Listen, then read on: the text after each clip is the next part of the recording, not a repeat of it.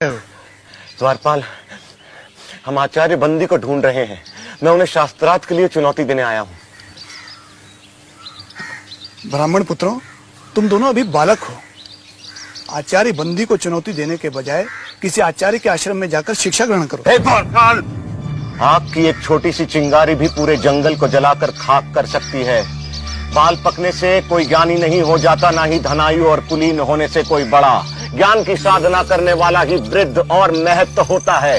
हम ज्ञान वृद्ध हैं, इसलिए हमें भीतर जाने दो, या महाराज जनक और आचार्य बंदी को हमारे आगमन की सूचना दो। द्वारपाल, उन्हें भीतर आने दो। अश्वसेन, उन्हें भीतर आने दो।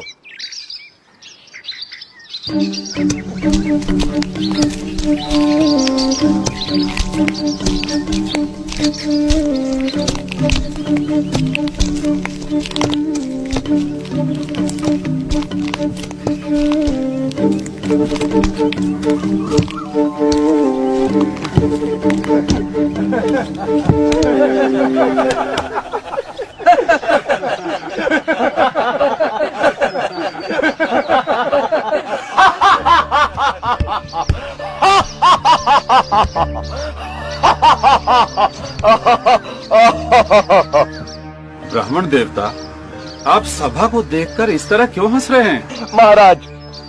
महाराज, मैं तो ये सोचकर यहाँ आया था कि जनक की सभा में आकर इन विद्वानों के बीच मैं आचार्य बंदी को शास्त्रार्थ के लिए चुनौती दूंगा, लेकिन यहाँ आकर मुझे लगा कि ये तो मूर्खों की सभा है। राजन, मैंने अपने हंसने का कारण तो बता दिया। अब आप अपने मूर्ख विद्वानों से पूछे कि वे किस पर हंसे। मुझ पर या उस कुम्हार पर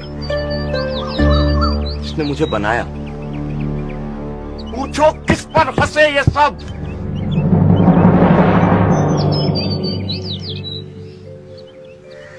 ब्राह्मण कुमार, मुझे और मेरे दरबारियों को इस अज्ञान के लिए क्षमा करें, पर मेरा निवेदन है कि अभी आप आचार्य बंदी से शास्त्रार्थ करने के लिए वयस्क नहीं हुए हैं। आचार्य बंदी से शास्त्रार्थ करना कठिन है। उनसे शास्त्रार्थ में हारने वाले को जल समाधि लेनी पड़ती है। इसलिए अभी आप और विद्या अध्ययन करें। राजन, आचार्य बंदी से शास्त्रार्थ के लिए मुझ पर गुरु कृपा ही पर्याप्त है, और जो अमर है उसे मृत्यु का क्या भय। किसी महान उद्देश्य के लिए प्राण देना मृत्यु नहीं होती। आप आचार्य बंदी के सामने मुझे प्रस्तुत करें। मैं हूं आचार्य बंदी। मैं तुमसे शास्त्रार्थ करने के लिए तैयार हूं, पर क्या तुम्हें मेरी शर्त स्वीकार है? एक ही बात बार बार कहे आप हमें भयभीत करने की नाकाम कोशिश क्यों कर रहे हैं?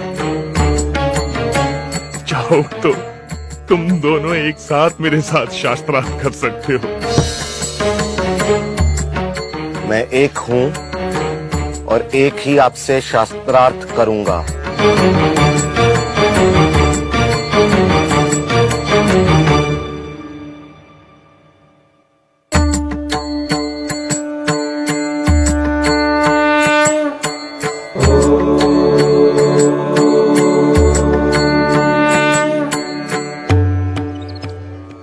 प्रपंच क्या है?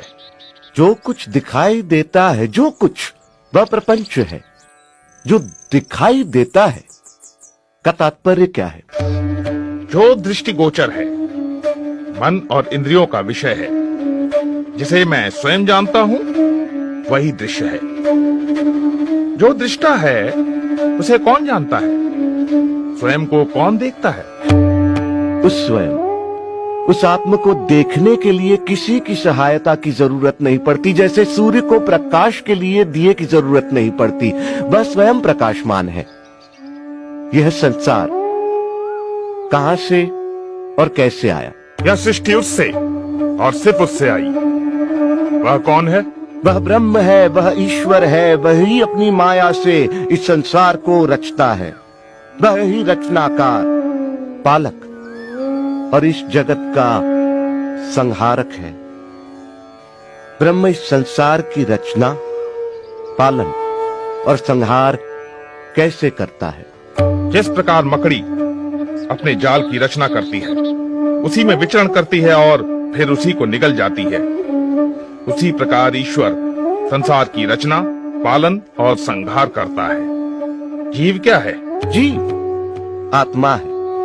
वह निर्विकार स्वयं है, परंतु अविद्या के प्रभाव में आकर वह स्वयं को मन और शरीर समझ बैठता है। इसीलिए वह इस संसार का अनुभव करता है। अविद्या क्या है?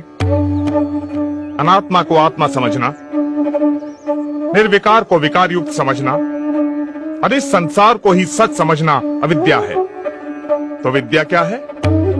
आत्म का ज्ञान विद्या है। सा विद्या या विमुक्त है वह जो हमें सारे दुखों, पीड़ाओं, बंधनों, अज्ञान, प्रतियोगिताओं, भ्रम और भ्रामक कल्पनाओं से मुक्ति दिलाए, वह विद्या है। जो हमें द्वैत के भाव से,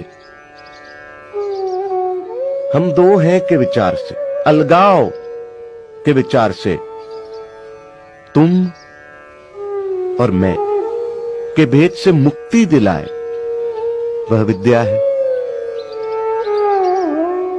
विद्या दृष्टि देती है जिससे मनुष्य अपने ब्रह्म रूप को पहचान सके। साधो साधो साधो। ब्रह्म को जानने की प्रक्रिया क्या है? उसे जानने के दो मार्ग हैं। पहला मार्ग यह जानना कि ब्रह्म क्या नहीं है। जो ब्रह्म नहीं है उसका निषेध करना।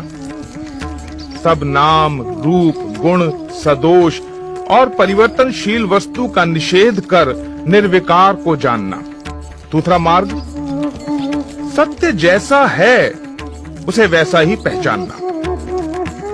वह अस्तित्व रूप है, उसके बिना संसार का अस्तित्व ही नहीं है। वह ब्रह्म ही था, वह ब्रह्म ही है, इसलिए मैं ब्रह्म हूं, तुम ब्रह्म हो, हम सब ब्रह्म ही हैं, इसलिए सारा संसार ब्रह्म है। साधो साधो साधो। ब्रह्म को कैसे जाना जा सकता है? ब्रह्म को सही सामाजिक व्यवहार, आध्यात्मिक चिंतन, ध्यान पूर्वक सुनने, नित्य अनुभवों पर विचार करने और निष्कर्षों पर मनन करने तथा समाधि में जाकर जाना जा सकता है। ब्रह्म ज्ञानी के लक्षण क्या हैं? यदि कोई दावा करता है कि उसने ब्रह्म को जान लिया है तो वो ब्रह्म को नहीं जानता। ब्रह्म को जानने के साथ ही ब्रह्म को जानने का अहंकार मिट जाता है। क्या उसे तर्क से जाना जा सकता है? नहीं, परंतु तर्क सहायक हो सकता है।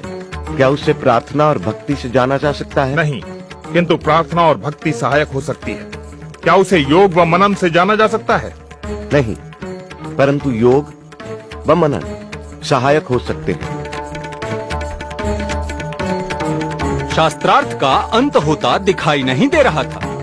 दोनों एक दूसरे पर भारी पड़ रहे थे कि अचानक बंदी निरुत्तर हो गए।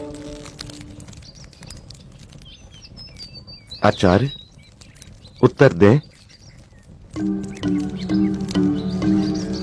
आचार्य,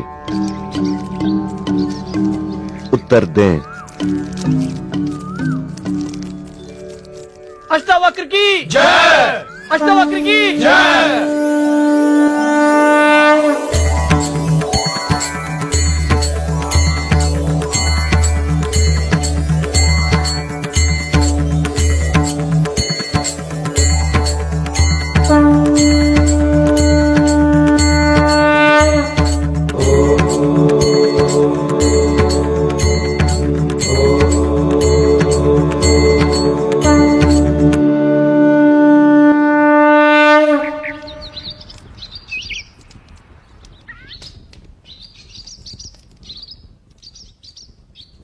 मैं अपनी पराजय स्वीकार करता हूं।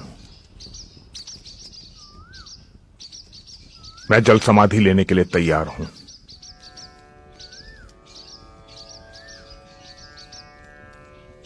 मैं आपको जल समाधि देने नहीं आया हूं आचार्य बंदी। याद होगा आप सबको कि आचार्य बंदी के अभिमान के कारण और इस प्रथा के कारण कितने निर्दोष विद्वानों की जान गई। आचार्य बंदी, याद करें आचार्य काहोड को। मैं उसी आचार्य काहोड का पुत्र हूं।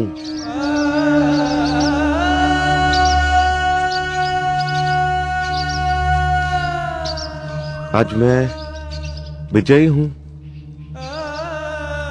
आप पराजित। मैं चाहूं तो आपको जल समाधि दे सकता हूं, परंतु मैं ऐसा नहीं करूंगा आचार्य बंदी। क्षमा ही मेरा प्रतिशोध है। मैं आपको क्षमा करता हूं आचार्य बंदी।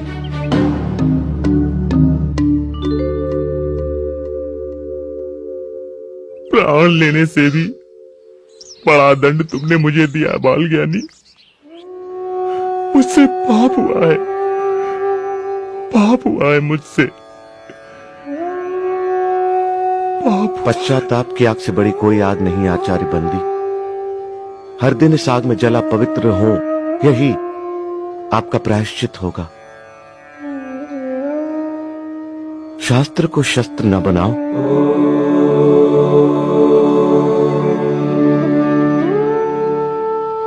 महाराज,